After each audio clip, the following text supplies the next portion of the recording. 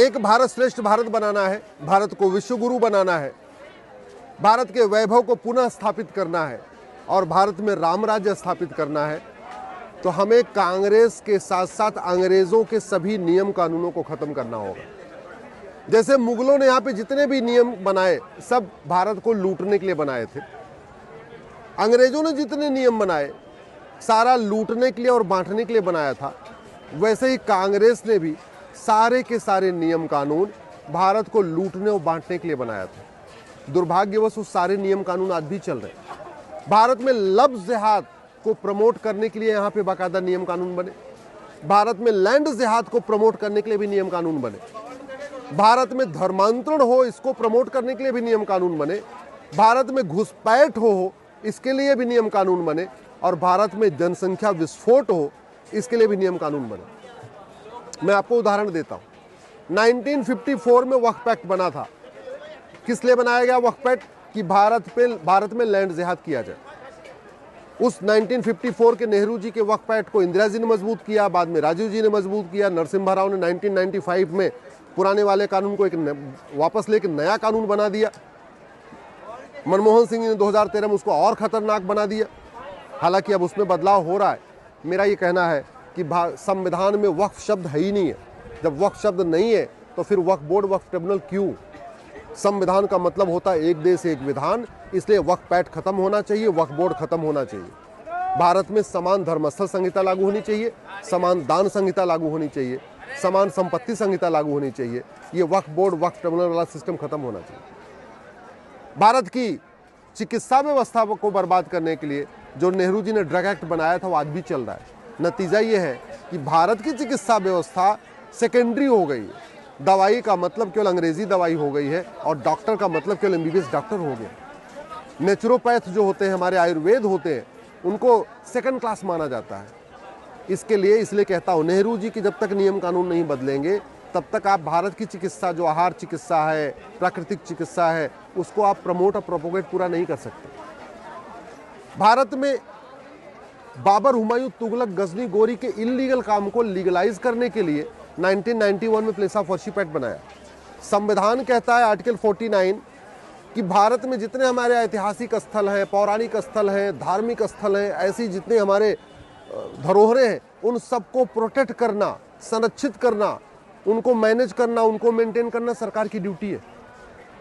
काशी हमारा ऐतिहासिक पौराणिक धार्मिक स्थान, मथुरा हमारा ऐतिहासिक पौराणिक धार्मिक स्थान, भद्रकाली, भोजशाला, अटाला हमारा ऐतिहासिक पौराणिक धार्मिक स्थान। तो कायदे से काशी, मथुरा, भद्रकाली, भोजशाला, अटाला जैसे जितने भी स्थान हैं उनको रिस्टोर करना किसका काम था? सरकार का। ये आर्टिकल 49 कहता है। लेकिन सरकार ने क्या किया? प्लेस ऑफ वर्शिप एक्ट बना दिया और हम लोगों को कोर्ट जाने से रोक दिया। हमने प्लेस ऑफ वर्शिप एक्ट को चैलेंज किया, हम लोग उसकी लड़ाई सुप्रीम कोर्ट में लड़ रहे हैं। लेकिन सवाल ये है कि ये प्लेस ऑफ वर्शिप एक्ट कब बदलेगा, समान धर्मस्थल संहिता कब लागू होगी, समान धरोहर संहिता कब लागू होगी, इस पर गंभीरता के साथ चिंतन नहीं हो रहा है। जब मजहब के आधार पर विभाजन हो चुका है, मजहब के आधार पर देश टूट चुका है, फिर ये मजहब के आधार पर मंत्रालय क्यों चल रहा है? मजहब के आधार पर एक आयोग क्यों चल रहा है? ये मजहब के आधार पर जो माइनॉरिटी फिल्म हिस्ट्री चल रही है, माइनॉरिटी कमीशन चल रहा है, ये पूरी तरीके से धर्मांतरण को प्रमोट कर रहा है। हिंदू है, उसको वजीफा नहीं मिलता, जैसे वो कन्वर्ट होगा, क्रिश्चियन बन जाएगा, मुस्लिम बन जाएगा, वजीफा मिलना शुरू हो जाएगा।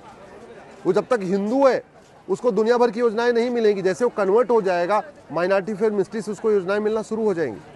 इसलिए मैं कह रहा हूँ ये अल्पसंख्यक मंत्रालय वास्तव में धर्मांतरण मंत्रालय बन चुका है।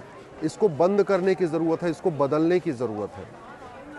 माइनॉरिटी मेजॉरिटी का कॉन्सेप्ट ख़त्म किया जाए और या तो माइनॉरिटी को डिफाइन किया जाए, जो 1% से कम हो उसको माइनॉरिटी का दर्जा दे दिया जाए, लेकिन माइनॉरिटी ऐसे सबको नहीं मिल सकता है।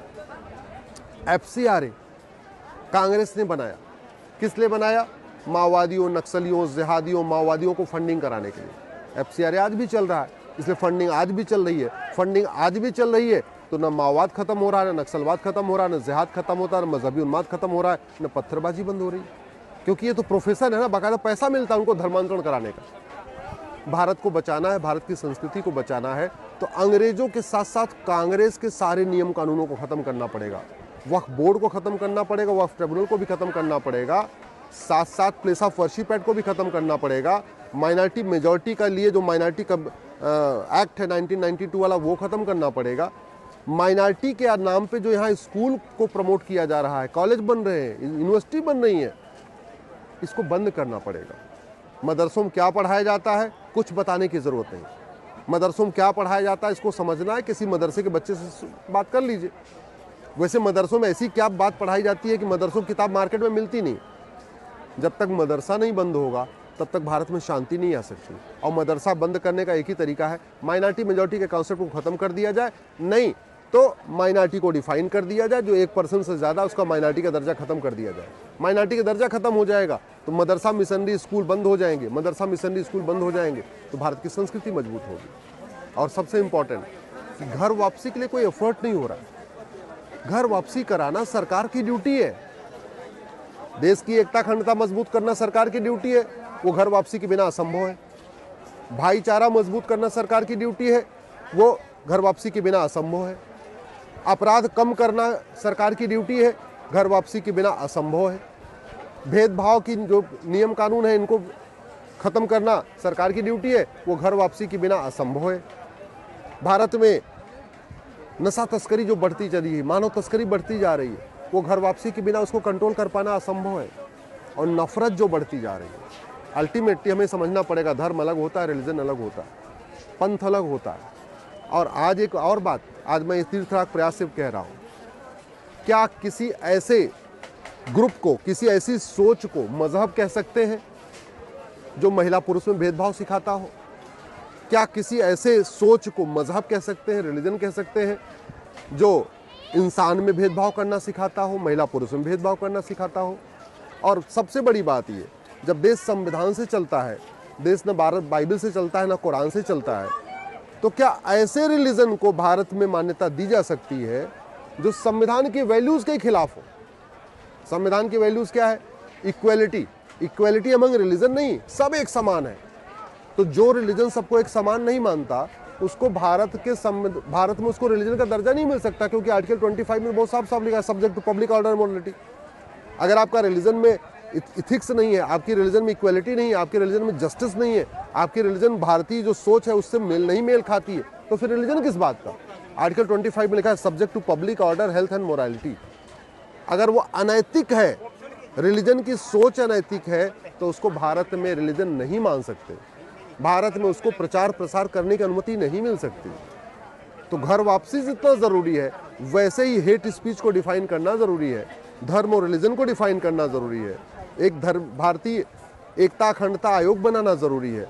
ये मजहब के आधार पर नियम कानून बनाने के बजाय एक एकता अखंडता आयोग की ज़रूरत है, उसको मजबूत करने की ज़रूरत है। और एक बार मैं बार बार कह रहा हूँ, तू मैं करने से, आरोप प्रत्यारोप करने से, नूरा कुश्ती करने से, बतौलेबाजी करने से देश को कोई फायदा नहीं होगा। कांग्रेस को कोसने से देश को कोई फायदा नहीं होगा। देश को फायदा होगा कांग्रेस के नियम कानून को खत्म करके नया नियम कानून बनाने से। और एक बात पूरी जिम्मेदारी के साथ कह रहा हूं, जैसे मुगलों ने यहाँ भारत को लूटा बांटा तोड़ा, अंग्रेजों ने भारत को लूटा बांटा तोड़ा, कांग्रेस ने भी भारत को लूटा बांटा तोड़ा और लूटने बांटने और तोड़ने के लिए नियम कानून बनाए। तो जब तक अंग्रेजों के नियम कानून नहीं खत्म होंगे तब तक एक भारत श्रेष्ठ भारत नहीं बन सकता, क्योंकि अंग्रेजों ने नियम कानून एक भारत श्रेष्ठ भारत के लिए नहीं बनाए थे, अंग्रेजों ने कानून बनाया था भारत को बर्बाद करने के लिए। ऐसे कांग्रेस के जब तक नियम कानून नहीं खत्म होंगे तब तक एक भारत श्रेष्ठ भारत नहीं बन सकता, क्योंकि कांग्रेस की सोच ही नहीं रही एक भारत श्रेष्ठ भारत की। तो कांग्रेस ने जितने नियम कानून बनाए वो तो तोड़ने के लिए बनाए, लफ्ज़ जिहाद के लिए बनाए, लैंड जिहाद के लिए बनाया। भाई कांग्रेस ने लैंड जिहाद को प्रमोट करने के लिए आपका वक्फ एक्ट बना दिया, बाबर, हुमायूं, तुगलक, गजनी, गोरी के इलीगल काम को लीगलाइज करने के लिए प्लेस ऑफ वर्शिप एक्ट बना दिया, भारत विरोधियों को फंडिंग कराने के लिए FCRA बना दिया। तो ये जब कांग्रेस के नियम कानून जब तक नहीं खत्म होंगे तब तक एक भारत श्रेष्ठ भारत बनाना नामुमकिन है। जब तक अंग्रेजों के और कांग्रेस के 100% नियम कानून नहीं खत्म होंगे तब तक भारत को विश्व गुरु बनाना 100% असंभव है। इसलिए मैं आप लोगों से आग्रह कर रहा हूं, इस पर गंभीरता के साथ चिंतन करिए, इस विषयों को जन जन तक पहुंचाइए, और नियम कानूनों को बदलने की मांग करिए, एक देश एक विधान लागू करने की मांग करिए।